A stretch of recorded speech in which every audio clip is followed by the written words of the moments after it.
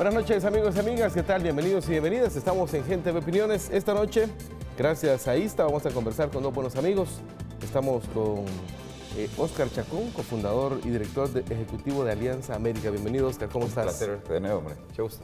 Listo, también está con nosotros Aquiles Magaña, director ejecutivo del Consejo Nacional para la Protección y Desarrollo de la Persona Migrante y su familia, con migrantes.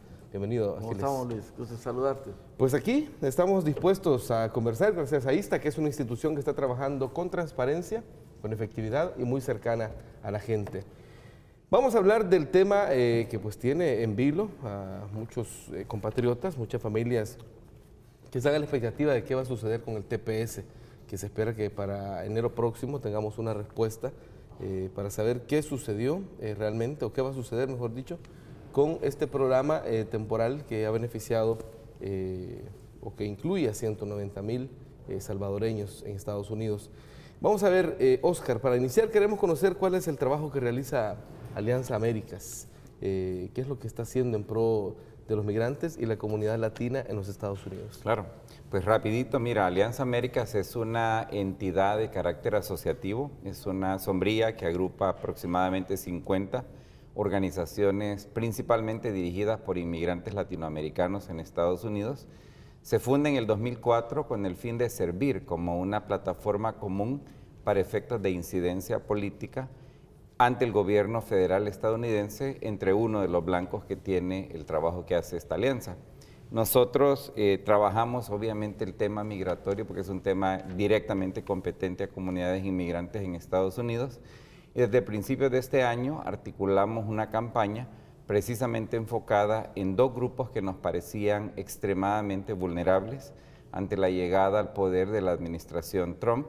Por un lado, los jóvenes sin papeles que se han beneficiado del programa conocido como DACA, pero el segundo grupo, que al final de cuentas se ha vuelto más prioritario para nosotros, la población beneficiada por el programa TPS, que incluye realmente alrededor de 10 diferentes grupos nacionales, siendo los más numerosos de ellos en orden prioritario Haití, Honduras y El Salvador, que tiene en el caso nuestro pues la población más numerosa de personas beneficiadas de TPS que ahora enfrentan un riesgo inminente de poderse encontrar sin estatus migratorio. De hecho, ya Nicaragua tuvo respuesta y fue que se suspendió el TPS. Es correcto. Para ellos. De hecho, lo que nosotros sospechábamos desde un comienzo, y a eso era lo que buscábamos responder con esta estrategia que articulamos desde principios de año, era que era crucial tratar de mantener vigentes las protecciones. Hasta la fecha es claro de que esta administración tiene toda la intención de ponerle fin a estos programas, como lo vimos en el caso de Nicaragua, por lo cual también el segundo eje de trabajo de esta campaña nacional ha sido presionar al Congreso para buscar una solución de orden legislativo que le permita a los beneficiarios de TPS poder acceder a una visa de inmigrante, que es lo que esta gente realmente se merece a esta altura después de tantos años de vivir en Estados Unidos. Y por supuesto que también tenemos que prepararnos, como ya lo estamos haciendo en el caso de los nicaragüenses, para explorar cualquier otra oportunidad de amparo legal que pueda tener una persona que, llegado al fin de la protección temporal, no esté preparado para irse de regreso a su país. Tenemos que buscar alternativas legales para esta población también. Vamos a ver, Aquiles, desde Comigrantes, ¿cómo se ve el trabajo que realiza Alianza Américas? Pues, mira, es como la parte que necesitamos, que es muy central en el trabajo de la incidencia política. El mandato que tenemos es de velar, de proteger por los salvadoreños residiendo en el exterior. En este caso, los que están en Estados Unidos están enfrentando una situación difícil. Tenemos una masa de salvadoreños ahí de unos 3 millones, dicen otros de 2,5 millones. En fin, es una gran población. Tenemos gente afectada con estos programas de protección temporal o algún tipo de alivio migratorio. Entonces necesitamos nosotros entender muy bien los detalles de cada una de las iniciativas, de cada una de las posibilidades. Entonces, vaya, Óscar es de los que más entiende esta situación en Estados Unidos, porque aparte de haber vivido allá por mucho tiempo, él ha estado metido en la abogacía, en la incidencia política, en beneficio de los migrantes en diferentes momentos, a través de diferentes organizaciones. Entonces, ¿quién más nos puede decir la ruta de incidir en cada momento? Porque me parece a mí que cada periodo político requiere de un instrumento, de un abordaje, de una estrategia un poco diferente a la anterior. No es lo mismo estar lidiando con la administración Bush o la administración Clinton o incluso con Obama, que estar ahora lidiando con Trump y sus republicanos, que realmente, ¿qué son los republicanos ahora de Trump? Pues no sabemos, no sabemos. Entonces, allí va, ese intercambio es muy importante por dos razones. Una, porque va a orientar, va a poner como puntos de referencia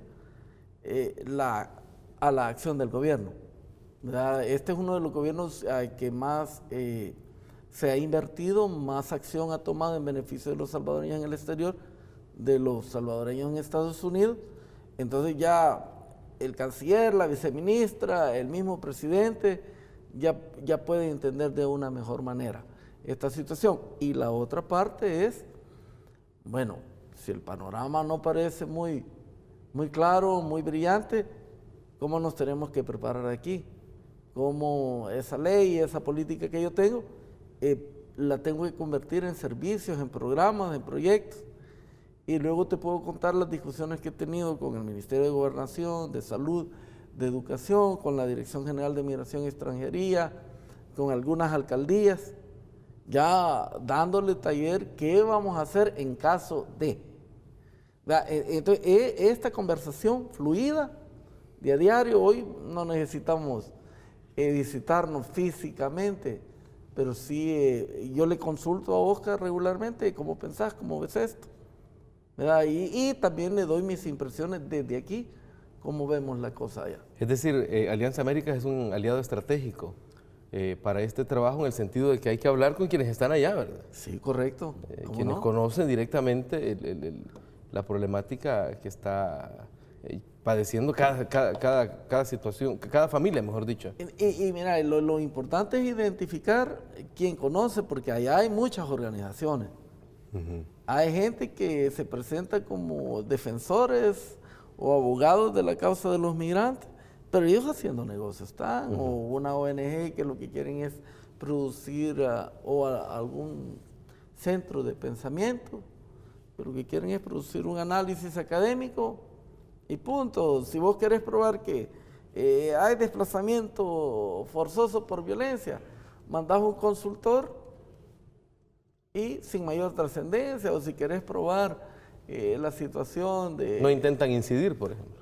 Entonces necesitamos nosotros buscar a aquella gente que ha tenido una continuidad por 30 años, ¿verdad? Y que conoce, ha estado viendo de cerca cómo el país se ha venido transformando, cómo los cambios de gobierno han venido tomando diferentes medidas, y yo creo que necesitamos gente que pueda platicar con la diversidad de voces sobre este tema, que no nos encasillemos o solamente en la voz oficial, o solamente en la voz de los migrantes, o solamente en una voz, sino que alguien que conozca cómo moverse en la diversidad de voces, que es lo que necesitamos. Tomando en cuenta eso, Oscar, y tú que estás allá y conoces de cerca, y has venido dándole seguimiento sobre todo, porque como lo decían ambos, cada administración tiene sus características, ¿verdad? Claro. ¿Cuáles son las características que tiene esta administración con respecto a los migrantes? Claro. Mira, lo que hay que estar claro, y no hay que hacer nada más que recordar la tónica de la campaña electoral que lleva pues últimamente al éxito, a Donald Trump. El mensaje xenófobo, el mensaje racista, anti-mexicano, anti-latinoamericano, fue siempre una piedra angular desde el primer día de su campaña. Sí, le hablaba al estadounidense promedio, ¿verdad? Exactamente, entonces eso hay que tenerlo muy claro, ¿verdad? Porque habían ciertos grados de esperanza de que al llegar a la presidencia esto se iba a moderar un poco y vamos a ver a un presidente Trump actuando con más sensatez, vamos a decir, sobre estos temas, pero no ha sido así. Y esto basta con ver a quién Donald Trump designa como los puntos claves en términos de procesos de toma de decisiones. Y comencemos por la figura del fiscal general de los Estados Unidos, ¿verdad? El ex senador Jeff Sessions de Alabama, quien ha tenido una trayectoria inequívoca a lo largo de más de 3 décadas, con una postura severamente anti-inmigrante. Él también trae a la Casa Blanca a un joven de nombre Stephen Miller, que es hoy por hoy la persona que está como en el mando operacional dentro de la Casa Blanca en todo lo que tiene que ver con trato a personas migrantes, como también en temas de política de inmigración. Entonces, si estamos claros, ¿verdad?, de estas autoridades dentro de esta administración, realmente no es ingenuo, ¿verdad?, suponer, no era ingenuo para nosotros suponer que tanto el programa DACA como el programa TPS iban a estar absolutamente en la mira de estas figuras para eliminarlos, ¿verdad? Entonces nosotros partíamos esencialmente de esa premisa y por eso considerábamos absolutamente crucial hacer un trabajo lo más incisivo posible de presión hacia adentro de la Casa Blanca de Trump para generar disensión cuando hablamos del tema de cómo decidir, ¿verdad?, el futuro de un programa como el TPS. Y fíjate que es interesante porque si bien es cierto que la medida de protección para nicaragüenses es finalizada con un periodo de gracia de 12 meses, el caso de Honduras no se decide de igual manera y estaban en las mismas fechas de protección originalmente. Nosotros interpretamos esa decisión como una evidencia de que la estrategia de presión hacia adentro de la Casa Blanca ha tenido cierto efecto. De lo contrario, hubieran anunciado también la cancelación del programa para hondureños de una sola vez. ¿Cuántos hondureños están en el TPS? Alrededor de 80,000, 85,000 hondureños, que es el segundo grupo más numeroso de personas beneficiadas del TPS, estaban protegidas bajo el mismo programa, las dos nacionalidades, porque a los dos se les otorga en 1999 como consecuencia de los impactos del huracán Mitch, que destruye severamente ambas naciones. Han estado en la misma lógica, en los mismos calendarios de protección, pero solamente se le pone fin al de Nicaragua y no al de Honduras. Entonces, para nosotros esto ha sido una señal, vamos a decir, exitosa, aunque muy transitoria, porque todavía falta llegar al momento en el que van a anunciar una decisión definitiva. Viene ya muy pronto la decisión sobre Haití, donde la evidencia demuestra que sería contraproducente ponerle fin al programa TPS para haitianos, porque Haití sigue siendo un país con extremadamente muchas dificultades que harían difícil la idea de que esta población regrese. Y francamente te digo, el caso de El Salvador tiene mucha similitud también, porque decir que El Salvador, independientemente de cuánto hemos avanzado en los últimos 10, 15 años, decir que estamos en condiciones óptimas para recibir a una población que ha estado viviendo por casi 20 años en Estados Unidos, yo creo que sería querer tapar el sol con un dedo. Ahora, ese es un enfoque, porque entiendo que también está el otro, que tiene que ver con el aporte que dan los compatriotas que están en este programa a los Estados Unidos. Claro que sí, de hecho, es la contribución mayor. A pesar de cuánto el salvadoreño que vive en Estados Unidos envía en forma de apoyo familiares conocido como remesas, nunca se nos debe olvidar que el gasto mayor que hace el salvadoreño que vive allá es el consumo que tiene allá. O sea, la contribución que hacemos al crecimiento económico, la contribución que hacemos a la generación de riqueza, la contribución tributaria, ¿verdad?, que hacemos a fondos tan importantes como el Seguro Social, como el Fondo de Cuidado Médico para población jubilada, son contribuciones importantísimas, sin hablar también de la inserción tan profunda que tiene la población beneficiada de TPS cuando hablamos del grado de inserción que ya tienen al grado de haber creado familias allá. Se estima que hay más o menos 265,000 niños nacidos en Estados Unidos de los diferentes grupos beneficiados por el TPS, muchos de los cuales son salvadoreños. Entonces hay, repito, cantidad de evidencia que nos dice claramente de que sería insensato, ¿verdad?, ponerle fin a estos programas. Pero insisto, esta administración es una administración dirigida por una lógica que tiene más que ver con ideología que con sentido común. Vamos a ver, esto nos lleva a pensar, según lo que nos decís, que hay que estar claros de que la administración es dura con respecto a este tema. Correcto. Pero también hay que tomar en cuenta que las acciones que se han realizado también han sido intensas. Correcto, definitivamente. Fíjate que, por ejemplo, el haber logrado conseguir que instituciones importantes como la Cámara de Comercio de los Estados Unidos se pronuncie, ¿verdad?, de manera directa a favor de mantener protegidas a los haitianos, a los hondureños, a los salvadoreños, a los nicaragüenses, ha sido una muestra importante de cómo hemos logrado ser exitosos en movilizar sectores que sí tienen sensibilidad con este tema, pero difícilmente sacan la cabeza, ¿verdad?, por estos temas, y lo han hecho. La variedad de instituciones religiosas que se han pronunciado también a favor, la cantidad de estados que se han pronunciado, la cantidad de ciudades que se han pronunciado a favor de mantener la protección del TPS vigente, repito, es muy importante. Y fíjate que también te comparto, hace 6 meses, la idea de que el Congreso iba a favorecer el explorar la articulación de anteproyectos de ley para darle la posibilidad a los beneficiarios del TPS de acceder a una visa de residente permanente, no era parte de la conversación. Era insospechada. No era parte de la conversación, así de sencillo. De 6 meses para acá, hemos logrado conseguir que la lógica, que la tónica dominante del debate sea que hay que buscar una solución legislativa. Porque aquí hay que estar claros, el TPS en realidad nunca debería haber sido el mecanismo a través del cual mantener a tanta gente protegida en Estados Unidos, porque en principio es un programa temporal. Claro. Aquí lo que hay es un acto de negligencia del sistema legislativo de Estados Unidos que nunca se preocupó de solventar lo que claramente ya no era un grupo de personas temporalmente residiendo, sino que en la práctica se habían convertido en residentes permanentes, pero no les da la oportunidad, no les da un vehículo legal para formalizar tal situación. Esto es lo que hemos logrado masivizar ahora. Exacto, y se le ejerció el enano, y ahora hay que tomar una decisión, ya sea como la que se tomó con Nicaragua, o mejor dicho, resolver de una vez por todas en el Congreso. Sí. Y fíjate que aquí lo que es importante distinguir, aquí les dijo algo que quiero rescatar y aportar un poquito. Indudablemente creo que los gobiernos en los países de origen, y en este caso el gobierno salvadoreño, ha tenido mucha preocupación por este tema. Yo, para serte muy franco, he venido siendo crítico, ¿verdad?, de que siempre esperamos hasta el último momento para tomar acción.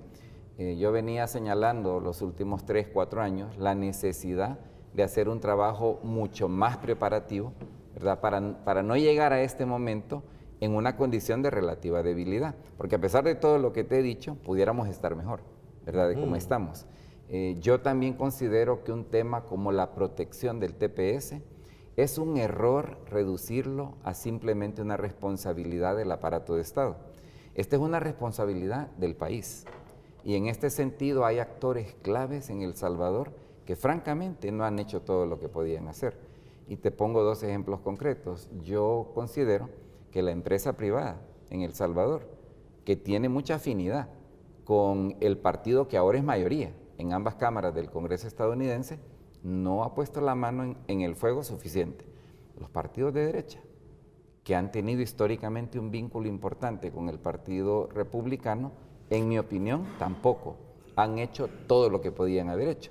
Y en parte porque yo siento que se sigue dejando que predomine una lógica de interés muy egoísta, muy partidista, incluso muy electorero, a el interés nacional. Porque proteger a la población del TPS debería ser trascender a intereses una prioridad del país, ¿verdad? Y en este sentido yo considero que lo que nos viene por delante, los próximos 3, 6 meses van a ser absolutamente cruciales. Te voy a poner un ejemplo. Si Donald Trump, si la administración de Trump decide cancelar la protección del TPS para los salvadoreños, a pesar de todos los esfuerzos que estamos haciendo, lo que se va a elevar de prioridad inmediatamente, si tal cosa llegara a ser decidida, es el camino de reforma legislativa. Pero para llegar a una reforma legislativa exitosa, por mucho demócrata que tengamos alineado con nosotros, va a ser insuficiente. Es absolutamente imperativo contar con legisladores republicanos que realmente hagan suya esta causa. Y en este sentido no estoy hablando de convencer cientos de republicanos, no, necesitamos literalmente 3 docenas de republicanos en la Cámara Baja del Congreso y necesitamos 10 republicanos en el Senado de los Estados Unidos. Con eso pudiéramos cambiar de manera sustantiva la correlación de fuerza a favor de una solución legislativa para el caso de los TPS salvadoreños y el resto también, porque hay que reconocer, no es que El Salvador es el único que está en esta pelea. Hay varios otros grupos nacionales que tienen la misma situación, el mismo mérito, y deberíamos, por supuesto, proceder a una solución que recoja a esta población, que insisto, es una población en una condición extraordinariamente meritoria, como para poder ser beneficiarios de una oportunidad de hacerse residentes permanentes. Sin embargo, en los últimos meses hemos visto que se van sumando más sectores a hacer un trabajo activo. Sí. De hecho, vemos un pronunciamiento de parte de la Asamblea Legislativa Sí. en su conjunto a favor de estas acciones. Claro. No, y yo creo de que es muy bueno que hayan estas señales, ¿verdad?, en la forma de resoluciones, pero insisto, aquí lo que necesitamos, y una de las cosas que hemos estado conversando con el gobierno salvadoreño a nivel de Cancillería, con migrantes mismos, es que esto no es una cosa abstracta, ¿verdad? Aquí hay una lista concreta. Hay tareas, hay tareas específicas de miembros del Congreso, con nombre y apellido, por estado, por comité, que necesitamos persuadir, ¿verdad? Y esto no va a pasar mágicamente, ¿verdad? Esto va a requerir de un esfuerzo enorme, concentrado, a lo largo de los próximos meses, especialmente si, como dije, lo peor sucede. Claro. Y la administración Trump declara que estos programas se clausuran. Que es un escenario posible y es... totalmente posible. Y es más, quizás es con el que hay que mentalizarnos, ¿no? Es el más probable si aplicamos una lógica de sentido común a razón de saber quién está en el asiento del conductor en el que se toman las decisiones. Bueno, vamos a hacer una pequeña pausa. Cuando regresemos, me gustaría que viéramos los otros escenarios, los otros planos en el tiempo, y que nos deje unas pinceladas de esas tareas específicas que hay que hacer. Listo. Estamos conversando esta noche con dos buenos amigos, Óscar Chacón y Aquiles Magaña, sobre nuestros hermanos en Estados Unidos y el TPS. Una pausa y venimos con más.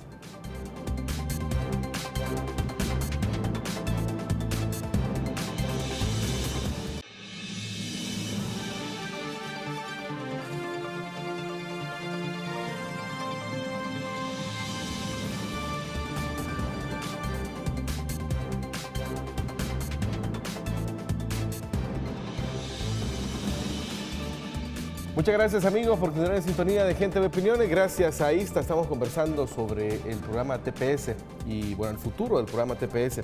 Vamos a ver, aquí se han hecho varias acciones, varios viajes de comitivas de nuestro país a Estados Unidos.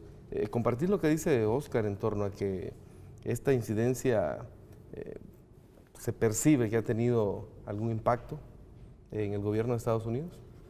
Pues la verdad que sí, yo creo que hay que verlo en perspectiva de una acumulación de diferentes acciones tomadas por diferentes actores, muchas veces en diferentes direcciones.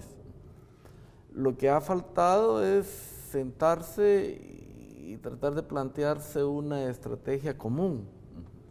Y la estrategia no necesariamente todos tenemos que andar en la calle, todos tenemos que andar de saco, etcétera. Yo creo que tenemos suficiente experiencia para articular estrategias con diferentes niveles de trabajo y de incidencia. Entonces, yo creo que sí, porque por ejemplo, lo que sí está sirviendo esta coyuntura, uno es para visibilizar este segmento de la población salvadoreña que estaba acomodada. Ahí viene la renovación, 4 meses antes los grupos de incidencia decían, la van a cancelar, los que estaban metidos en la industria del procesamiento de documentos decían, hey, ¿verdad? Aquí viene la coyuntura, ¿verdad? Donde vamos a hacer dinero por llenar formularios. Todos se activaban y por 16 años se vino esto prorrogando. Ahora, yo creo que para los beneficiarios ha sido como lo que dicen en Estados Unidos, un rude awakening, un despertar así. Abrupto, ¿verdad? En que dijeron, hey, ¿verdad? Necesitamos defender lo que nos protege.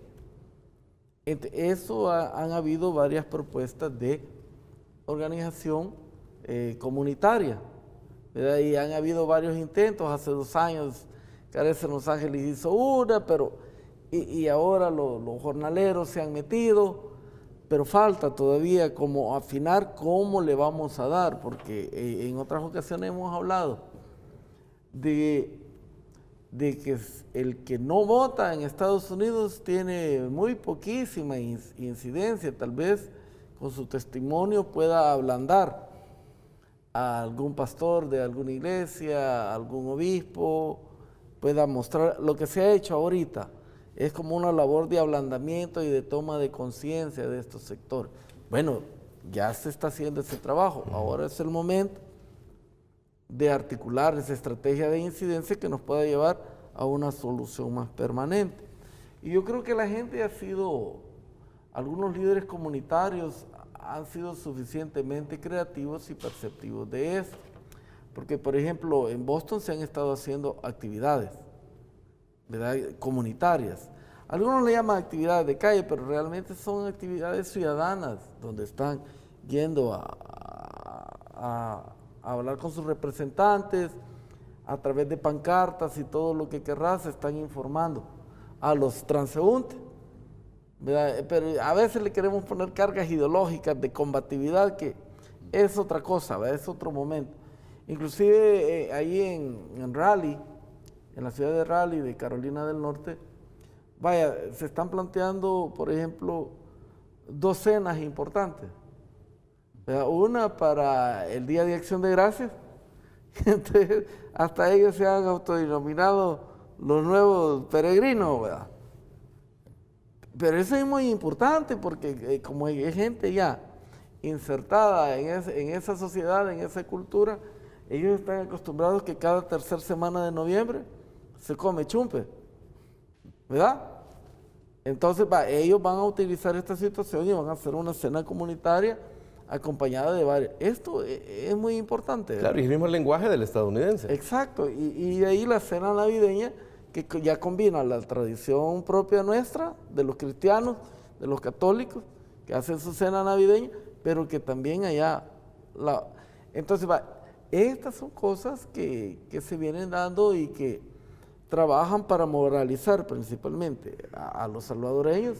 Y el mensaje que han dado, enviándoles, miren, no están solos, aquí hay resonancia, aquí vamos a acompañar. Tal vez no vamos a movilizar a 200,000 en la calle en la Alameda Roosevelt, ¿verdad? Pero sí estamos manteniendo el debate vivo. Por 3 semanas, mire, aquí solo TPS se ha hablado en El Salvador. Ha sido usted va con el taxista, va con la persona del restaurante, va con la señora que le ayuda a hacer limpieza en su casa. Migración, TPS, preocupaciones de los que vienen. Ha desplazado a los otros temas supuestamente candentes, ¿verdad? Entonces, ¿qué te dice eso? ¿Verdad? Que sí, el trabajo también y la labor de incidencia que se está haciendo fuera del país o en Estados Unidos está repercutiendo aquí, ¿verdad? Y han habido cientos de entrevistas por ciudad, por estado, en Washington. Entonces, si lográramos sacar un conteo de cada pequeña acción, de cada discusión que vos has tenido sobre esto, Oscar, en el último mes, yo creo que el calendario no alcanza, ¿verdad? Entonces, es una labor muy intensa y sí se ha tenido incidencia, pero no la incidencia que se necesita, ¿verdad? Entonces, y te digo porque también yo soy seguidor del debate de los salvadoreños más establecidos en las redes sociales. Hay una proliferación de canales en las redes, por ejemplo, en Facebook, donde hay personas establecidas que entrevistan cada semana, ¿verdad? Un salvadoreño que es presidente de la Asociación de Abogados Hispanos de Washington. Él tiene y en un programa que me hizo una entrevista se conectaron inmediatamente 700 personas. No tuve necesidad de ir a ningún canal de televisión en Washington. Y entonces en el transcurso del programa se fueron agregando y llegamos a una audiencia de 1,200. Estábamos interactuando. Yo decía algo, ellos me preguntaban, querían más explicación de los programas aquí y pasamos 1 hora. Una semana después yo estuve revisando si esto había tenido mayor repercusión, ya había tenido más de 2,000 visitas. Entonces, ¿qué te dice eso? Que por lo menos hay 2,000 personas interesadas semanalmente en discutir temas de El Salvador.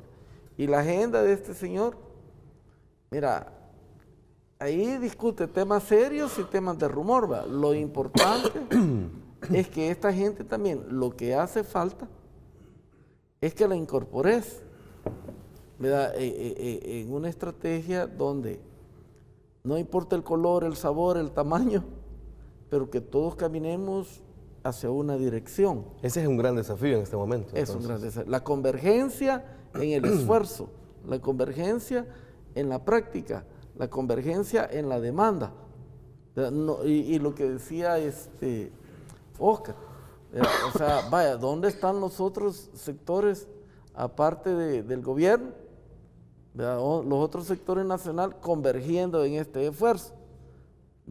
Hemos oído cosas algo hasta bochornosas aquí, queriendo sacar raja política, ¿va? Y cuando dicen, bueno, y en estos 4 meses de debate, ¿qué han hecho? ¿Verdad?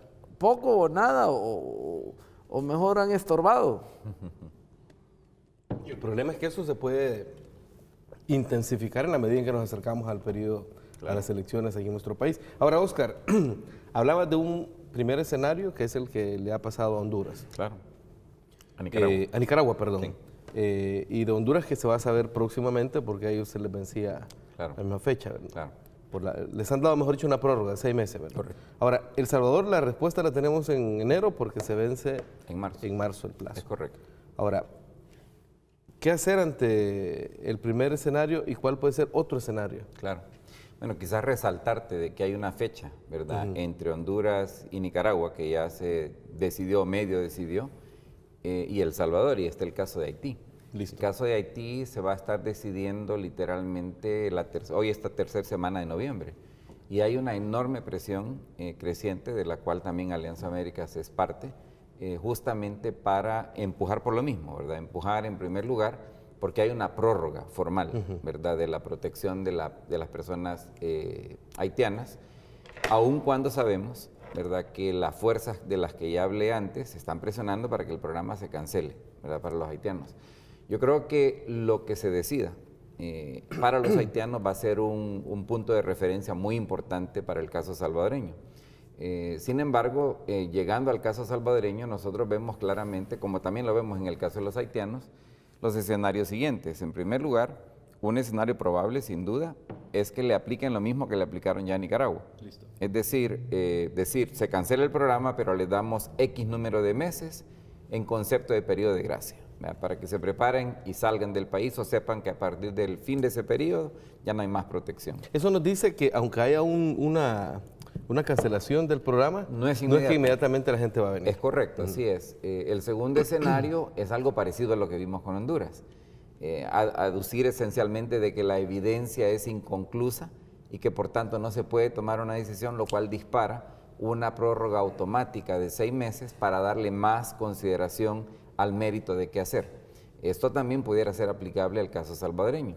Que digamos no sería tan malo, te lo pregunto mejor, sí, en el sentido de que daría más tiempo para seguir haciendo cabildeo. Es correcto, así es, ¿verdad? Y por supuesto el tercer escenario que también vemos es un escenario que es el ideal, que simplemente el gobierno estadounidense diga, bueno, hemos revisado las condiciones en países de origen y hemos decidido postergar por 18 meses más la protección a estas poblaciones, en este caso a El Salvador, y pues en 18 meses veremos de nuevo qué hacer, ¿verdad? Eso para nosotros sería ideal porque nos permitiría concentrar más esfuerzo en viabilizar la solución legislativa, que realmente es lo que deberíamos haber estado empujando desde hace años, ¿verdad? Porque para serte franco, un grupo poblacional que pasa más de 5 años en un país, en este caso Estados Unidos, bajo alegato de que está temporalmente protegido, en realidad lo de temporal se vuelve un absurdo,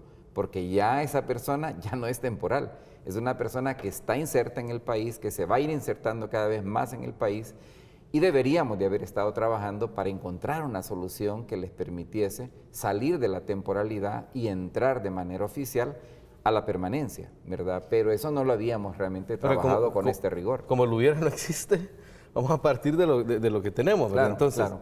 pregunto, ¿esto significa que independientemente de los 3 escenarios que planteas, el trabajo de incidencia legislativa o parlamentaria Sí. en el Congreso, Es hay que correcto. seguirlo haciendo? Absolutamente. Yo creo que lo más importante a rescatar es cuán urgente es concentrar el esfuerzo en la parte de convencer, como ya expliqué antes, a un bloque, ¿verdad?, de figuras republicanas, tanto en la Cámara Baja como en el Senado, de que esta no es una solución insensata, no es pedir nada exorbitante, es simplemente actuar con decencia, con sentido común, con respeto al concepto de equidad ganada, que en el plano económico, social, político, cultural, esta población ya puede hablar de haber ganado enorme equidad en la sociedad estadounidense y conseguir que se haga lo correcto. Algunas personas dicen, no, pero eso va a empezar a sonar como que ustedes quieren una amnistía. Miren, no estamos hablando de solventar el caso de los 11 y pico de millones de extranjeros sin papeles, de lo que estamos, que por cierto tienen mucho mérito también, hay que reconocerlo, pero estamos hablando de algo mucho más acotado. Estamos hablando de una población identificable, una población que ha estado ahí con el beneplácito oficial de Estados Unidos, que se ha sometido periódicamente a un chequeo de múltiples índoles, que les hace una población extremadamente segura, ¿verdad?, para Estados Unidos, y que ha pagado, pues, como ya hemos dicho, no solamente impuestos, sino cantidad de millones de dólares en cuotas de reinscripción cada vez que se tuvo que reinscribir al programa TPS. Además, algo más acotado. Además entiendo que hay gente que ha nacido allá, luego de estos familiares. Sí. Además ahí hay profesionales que han Correcto. estudiado, se han preparado. Además hay empresarios que han generado empleo y que siguen generando empleo. Fíjate que de hecho nos sorprendió muchísimo y yo creo que esto ayudó mucho, por cierto, a la decisión de la Cámara de Comercio de Estados Unidos. El área metropolitana de Washington, como seguramente quienes nos escuchan sabrán, es el único ámbito geográfico de Estados Unidos donde el extranjero salvadoreño es la mayoría de los extranjeros que viven, ¿verdad?, Claro. en una zona geográfica determinada. No estoy hablando que son mayoría, de que son más del 50% de los extranjeros, pero solo los salvadoreños andan fácilmente por el 35-38% de todos los extranjeros que viven en el área metropolitana de Washington. ¿A qué conlleva esto? Conlleva a que el trabajador salvadoreño se ha insertado, entre otros sectores, en el sector de la industria de la construcción. Las 2 empresas constructoras más grandes que operan en esta zona están extremadamente preocupadas por la posibilidad de que pudieran perder entre 15 y 22% de la fuerza laboral en sus empresas y que son trabajadores que tienen ya fácilmente 10 o más años de trabajar con ellos. Entonces, estamos hablando nuevamente, ¿verdad?, de una población que tiene un peso importante, que tiene una representatividad sensitiva en ciertos sectores del mercado laboral de Estados Unidos, incluyendo el sector de la construcción.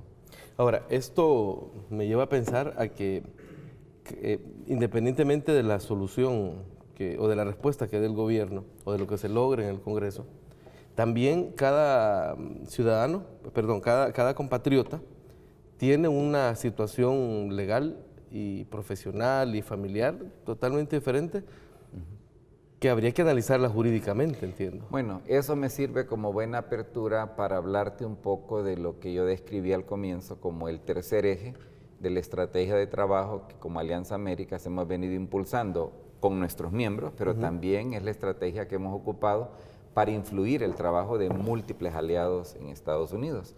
Y es el campo de también en paralelo ir explorando cómo podría lucir una estrategia de amparos legales, una estrategia de protección legal, si lo peor llegara a pasar, ¿verdad? Si el gobierno de Trump dijera se acabe el TPS, si el Congreso, a pesar de nuestro mejor esfuerzo, no produce una reforma legislativa y llegamos al último día de protección.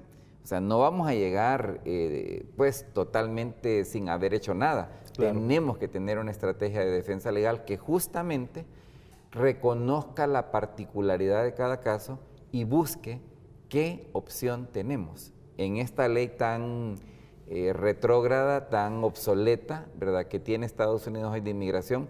¿Qué recoveques hay que podemos ocupar, ¿verdad?, para garantizarle el máximo nivel de protección a las personas que han estado protegidas por el TPS?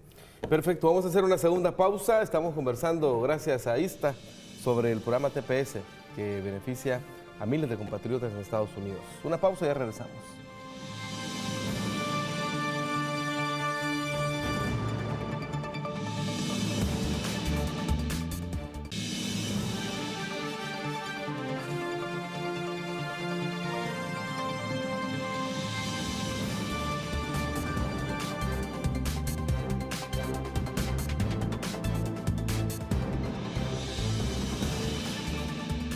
Bueno, gracias por seguir en sintonía de Gente de Opiniones. Gracias a ISTA estamos conversando sobre el TPS.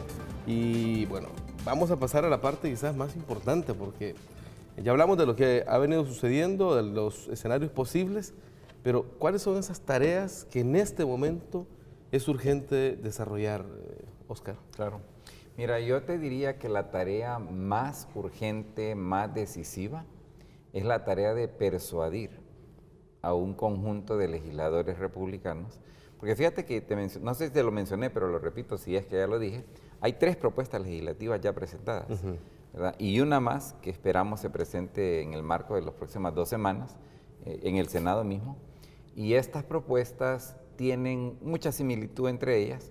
En esencia buscan conseguir una condición especial para la población que ha sido beneficiada de TPS, de manera que puedan solicitar una visa de residencia permanente a razón de la cantidad de años que tienen ya de vivir en Estados Unidos. ¿Y eso no es descabellado? No, para nada, no es descabellado. 3 de estas propuestas, incluyendo la que se supone que se presentará pronto en el Senado, son propuestas encabezadas por demócratas.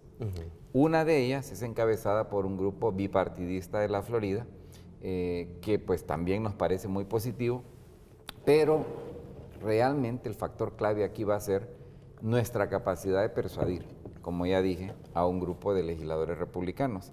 Para nosotros esto quiere decir 2 maneras, ¿verdad?, de abordar este desafío.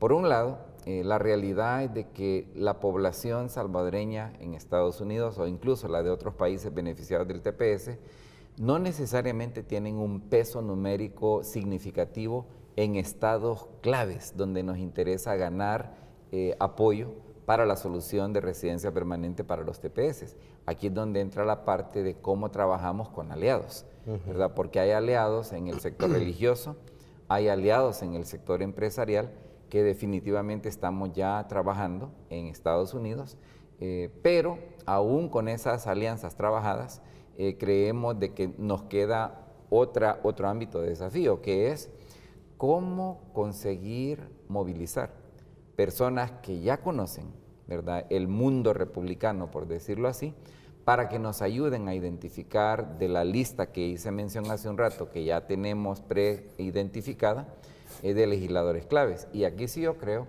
de que tanto sectores importantes de un país como El Salvador, como también de los otros países afectados, pueden jugar un rol clave, ayudándonos precisamente a movilizar a estos legisladores.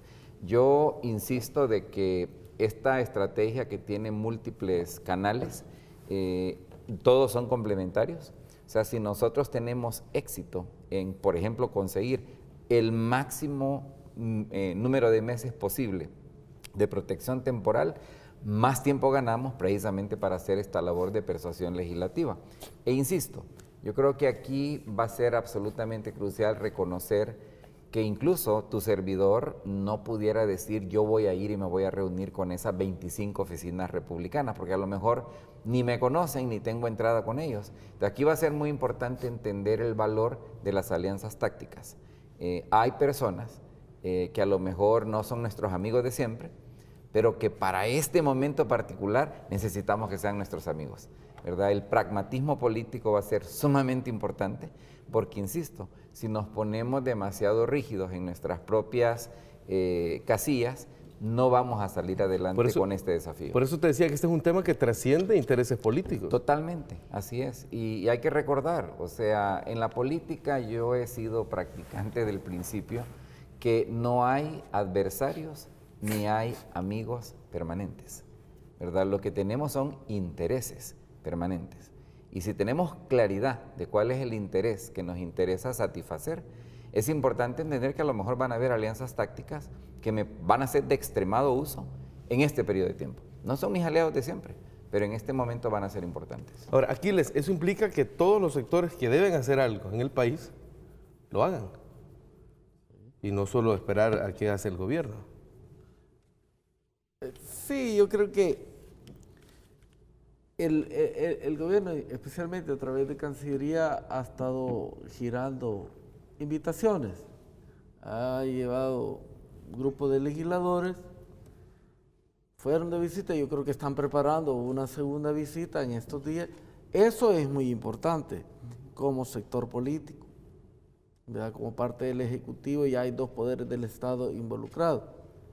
Pero nuestra sociedad y los beneficiados principales de las contribuciones migrantes no son solo la Asamblea y el Ejecutivo, ¿verdad? El sector empresarial que ha sido por los últimos 30 años el más beneficiado de las remesas, por eso hay tanto centro comercial moderno. ¿Y quién llega a gastar ahí? Los migrantes, las remesas. Entonces, tanto vendedor de carros usados o nuevos.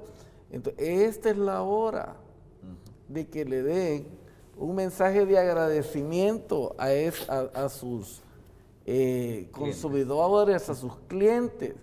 No los vemos ahí. Es decir, hasta hoy la empresa privada se ha mantenido pasiva con este tema. Y entonces, inclusive, mire, van a querer cortejar el voto.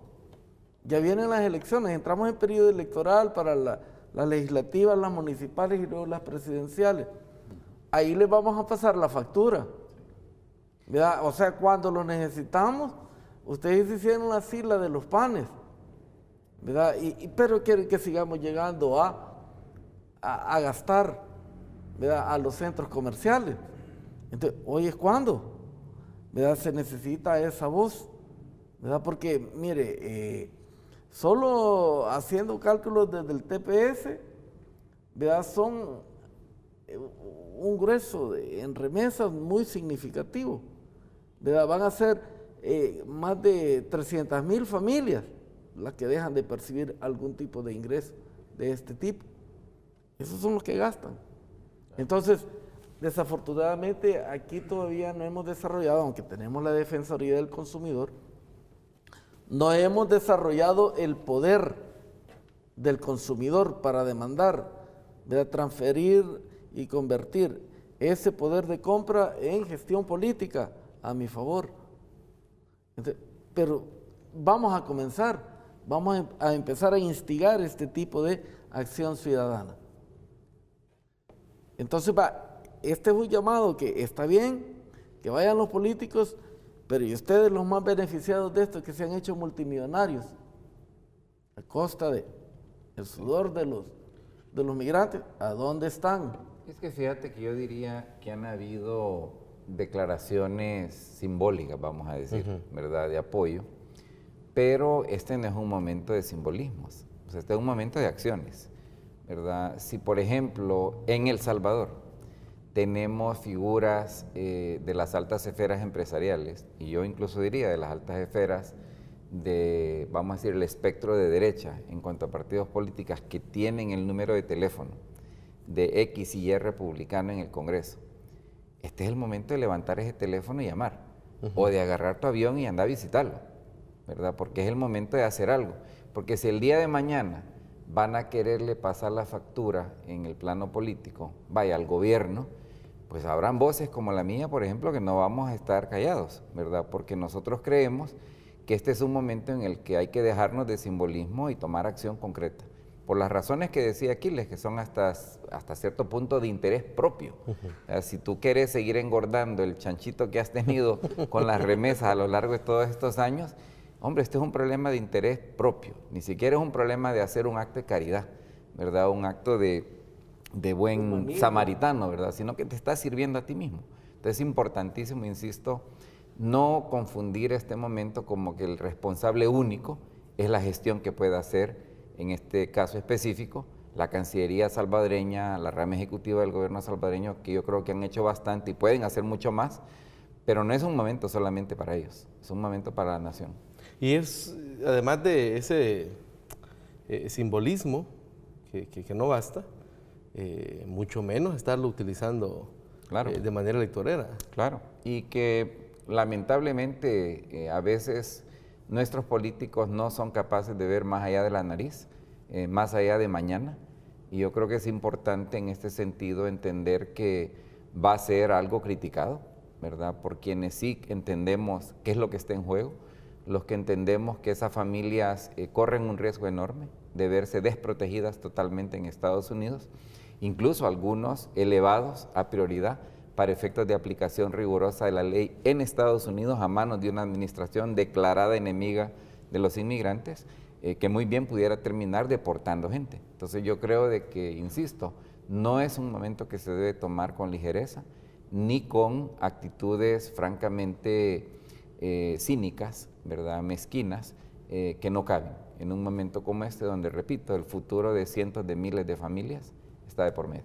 Y nuestros compatriotas en Estados Unidos y sus familias aquí deben procurar estar bien informados. Absolutamente, claro, para que no nos vayan a dar, como dicen los mexicanos, a tol con el dedo el día de mañana. Perfecto, Oscar, qué grato conversar contigo. Un placer. Realmente nos traes más luz con respecto a este tema para poder nosotros informar a nuestra audiencia. Gracias por la oportunidad. Y gracias también, Aquiles, por estar aquí. Un gusto verte nuevamente. Listo. Muchas gracias también a ISTA, que es una institución que está trabajando con transparencia, con efectividad y muy cercana a la gente. Muchas gracias. Quédense con GTV porque hay mucho más para todos y para todas. Pasen buenas noches.